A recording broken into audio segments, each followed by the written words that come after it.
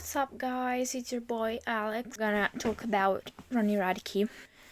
One thing though is that I probably shouldn't shout because I think all the house is asleep right now because it's quite late. Ronnie Radke had a very distant relationship with his mother because his mother was abusing drugs.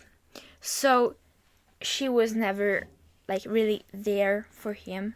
He dropped out of school and basically he created a lot of bands during the years of high school. In 2006, Ronnie had a fight with Marcel Colquitt, and they both decided to meet in a desert place and do a fight. Radke and this Marcel both took other men with them for backup, for help, for whatever. So Ronnie didn't do actually anything. He didn't even have a gun. He had these brass knuckles, but I don't think there's evidence he used them against someone else. But one of the men he brought for defending his side, etc., killed another member of Marcel Colquitt squad. And this guy was named Michael Cook, and he was 18. Ronnie Radke was served probation, but then he broke probation. I don't know how America works, I'm sorry. But basically, he ended up for 2.5 years in prison. In this period of time, he was in a band called Escape the Fate. I think we all know that band. While he was in prison, Escape the Fate dropped him because they didn't want anything to do with him and his arrest. He was replaced with Craig Mabbitt, and they had a little bit of a dissing for a long time.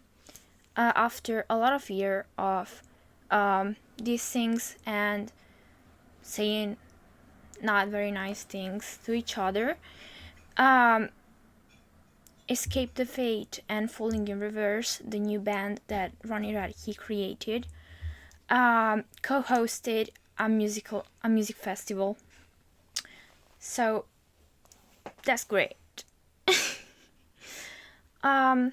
As I said before, Ronnie Radke, while he was in prison, he started writing songs for his new band, Falling in Reverse. Their songs were very good, and they ended up on Billboard Top 100. Now I wanted to talk about a little bit about his legal issues, because as I said before, he went to prison once and he served 2.5 years in prison. I don't know what probations are.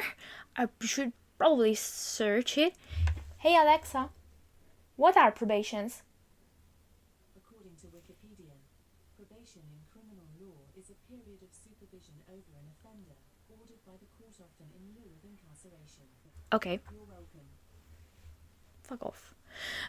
Okay, so basically, it's a period of time where you are supervised by someone else, like you have a guardian, and he violated his probation, so he ended up in prison.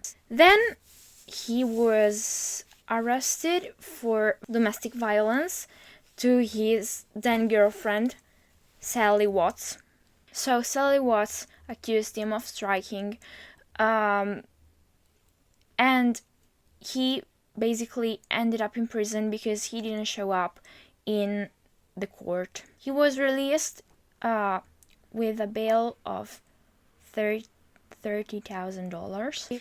Then he had another arrest, but I believe he did not get arrested from it because during a festival, Ronnie threw a mic stand to the public, and it hit a 16-year-old girl and a 24-year-old man.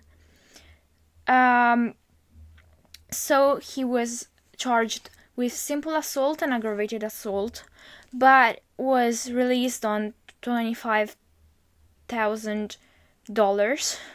So again, he did not went to prison. Well, yeah, he went to prison, but then he was released. But a lot of people still use this as a way to attack Ronnie, and he on his TikTok that even the girl, the 16-year-old girl that had it worse because she had some stitches in her head because she, her head cut open. I don't know. Okay. Basically said I forgave him. So there was actual rape allegations and a defamation lawsuit, but the court dismissed the case because of the lack of evidence. And I think these are the most important legal issues Ronnie Radke had. He used to have a problem with substance abuse, but he got out of it. And I remember watching a video that said that they were on Warped Tour, I believe. Please correct me if I'm wrong. And one of the side bands that was supposed to share the round with Falling in Reverse had a member that was introducing drugs to backstage, etc. And Ronnie said